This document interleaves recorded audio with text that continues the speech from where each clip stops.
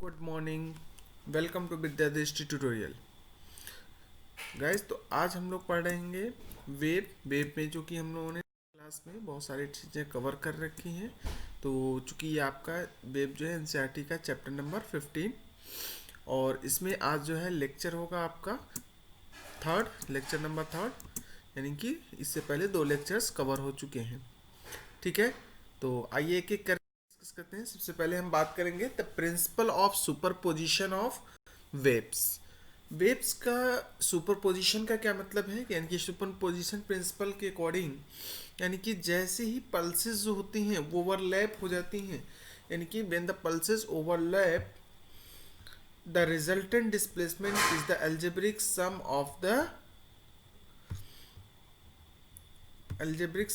The displacement due to each pulse. This is known as the principle of superposition of the waves.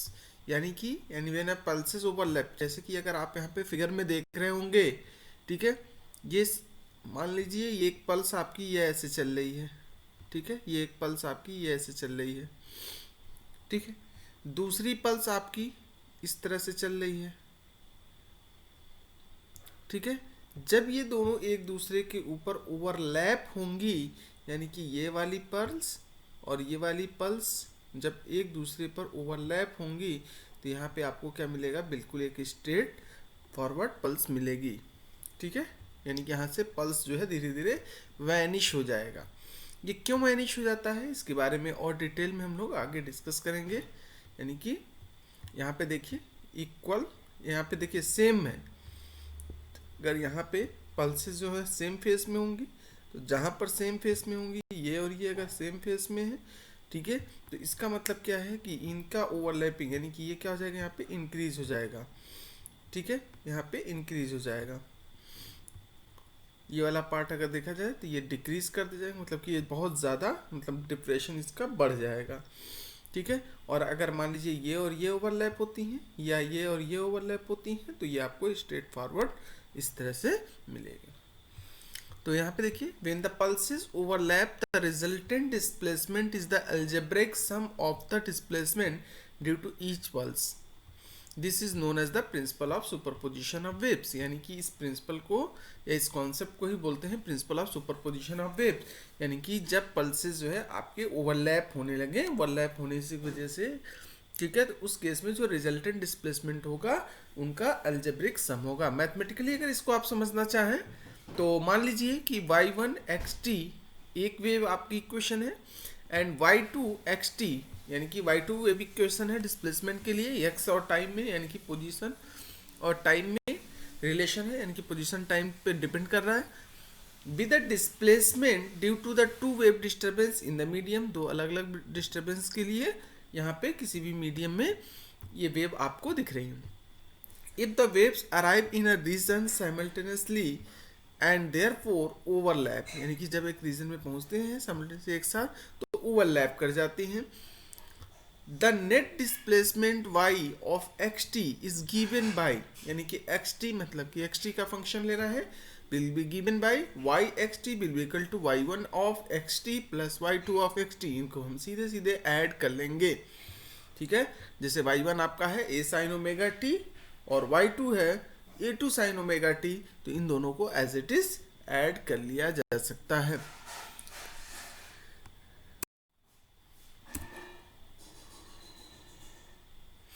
Next कुछ important notes आपको ध्यान रखने हैं।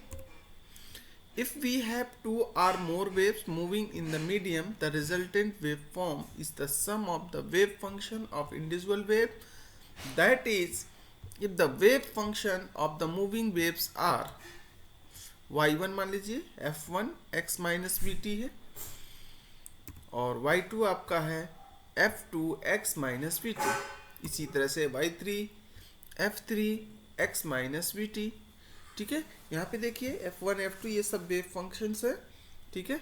तो यहाँ पे इसी तरह से and so on n times तक अगर आप देखते चले जाइए, तो yn will be equal to y1 x minus v t, ठीक है। तो ये n टाइम्स अगर ऐसे हैं तो इनको हम समराइज कर सकते हैं, यानी कि then the wave function describing the disturbance in the medium is represented as y is equal to F1 x minus v t, यानी कि इसको हम y is equal to F1 x minus v t सबको add कर लेंगे, plus F2 x minus v t plus F3 x minus v t plus plus dash dash dash and so on n times, यानी सबको अगर हम add करेंगे तो ये हो जाएगा Fn x minus v t, जिसको हम समराइज कर सकते हैं, समेशन के फॉर्म में भी ले सकते हैं, summation i is equal to 1 to i is equal to n।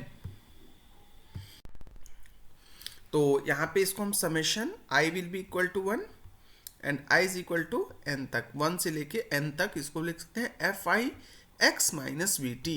तो इस तरह से भी हम इसको रिप्रेजेंट कर सकते हैं। इसका मतलब इन दोनों का, इस लाइन का और इस लाइन का मीनिंग जो है आपका सेम है, यानी कि चाहे आप इसको ऐसे लिखिए चाहे ऐसे लिखिए, ठीक है, दोनों तरीके से करेक्ट है।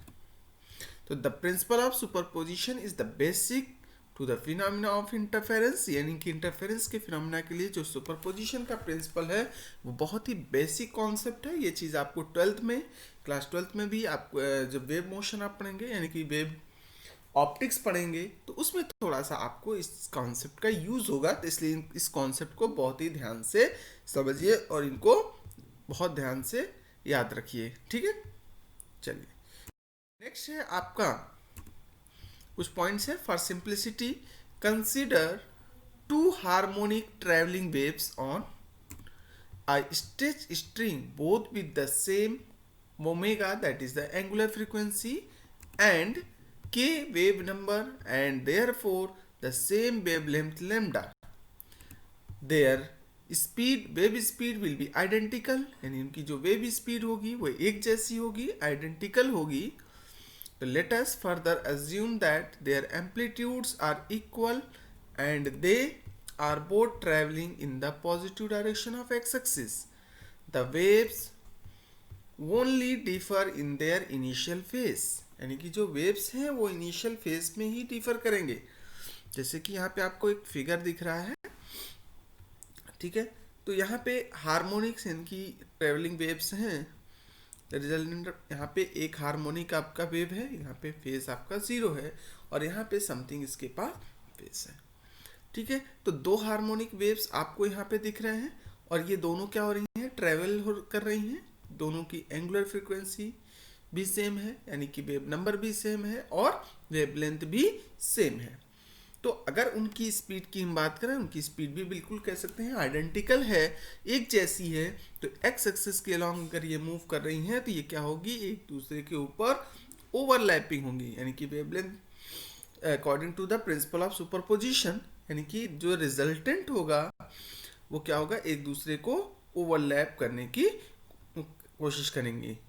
तो आप फिगर में आप देख ही रहे होंगे कि according to the principle of superposition the amplitude of the resultant wave depends on the phase difference phi which is 0 for A and pi for B. यानी इस वाले केस में अगर आप देखेंगे तो फाई की वैल्यू क्या है, 0 है।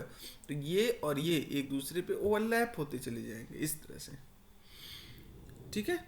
यानी कि इस केस में आपके पास यहाँ पे क्या है, उसी तरह से आपका बी फिगर आपको दिख रहा है। तो यहाँ पे जो फेज आपका दिख रहा है, यानी कि ये चेंज हो रहा है आपका ये फेज, ठीक है। तो इसका मतलब यहाँ पे phi is equal to pi radian, यानी कि यहाँ पे पाई रेडियन से फेज इसका चेंज होगा इस फिगर में, ठीक है।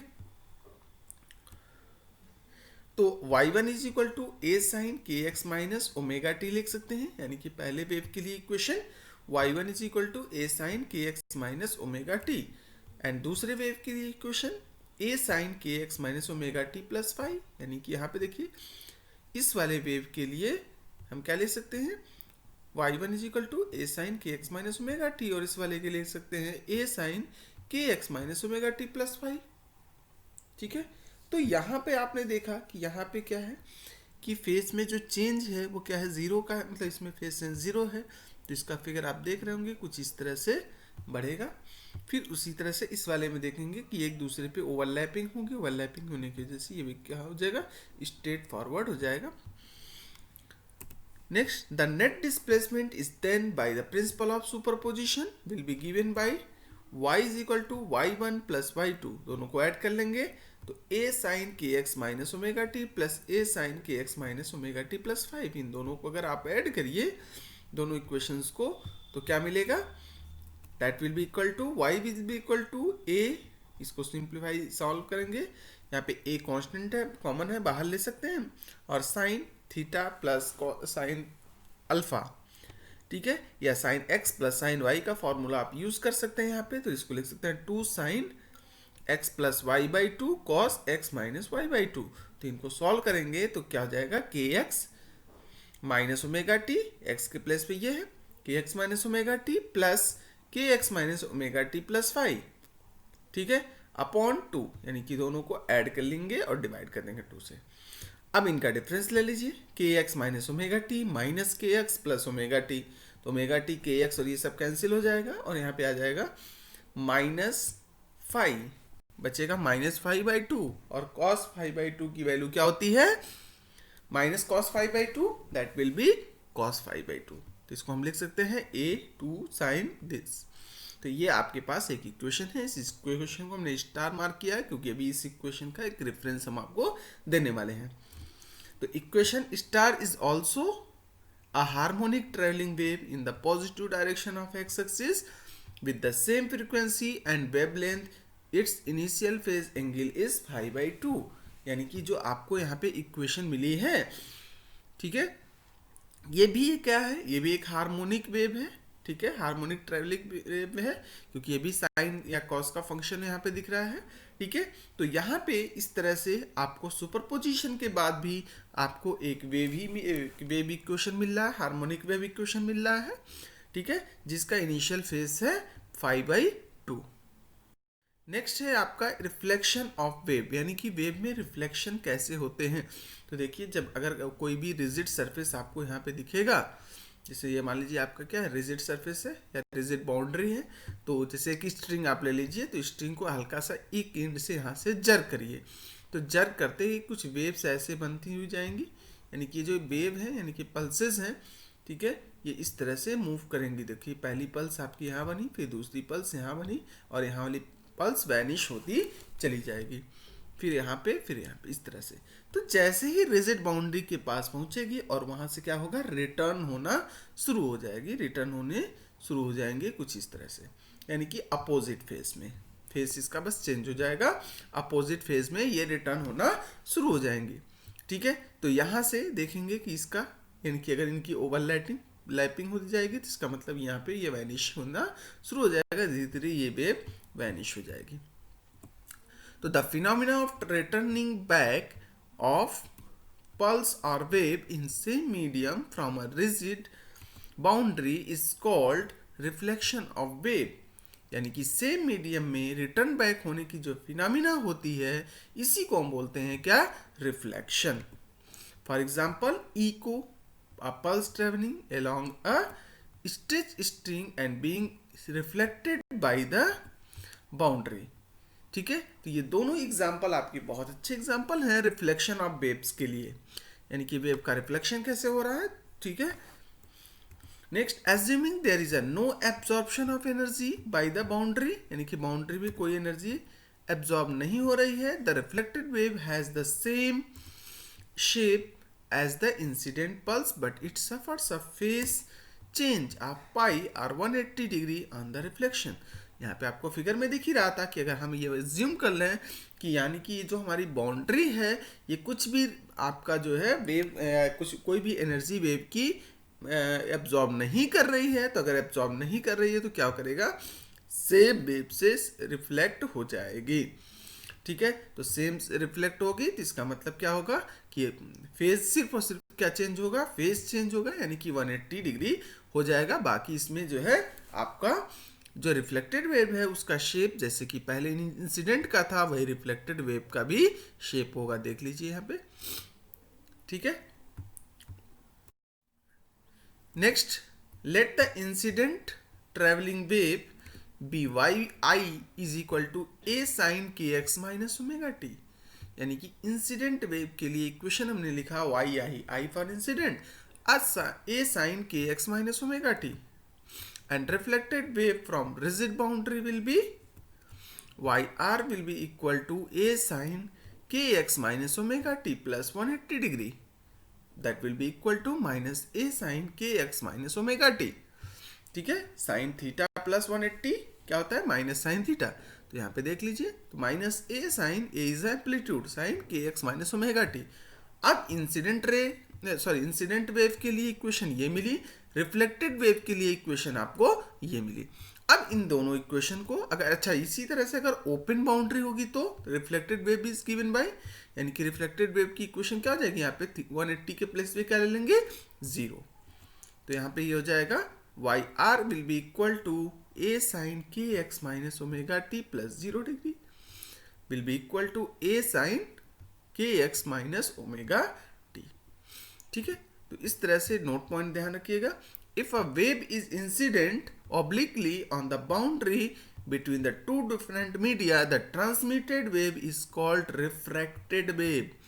यानी इस केस में दो मीडिया की बाउंड्री पे अगर वो ऑब्लिकली इंसिडेंट हो रही है कुछ इस तरह से, जैसे कि आप देख सकते हैं, जैसे कि आप समझें कि ये मान लीजिए ये आपकी एक बाउंड्री है और इस बाउंड्री पर वेव कुछ इस तरह से इंसिडेंट हो रही है। ठीक है, तो ये वेव इंसिडेंट होने के बाद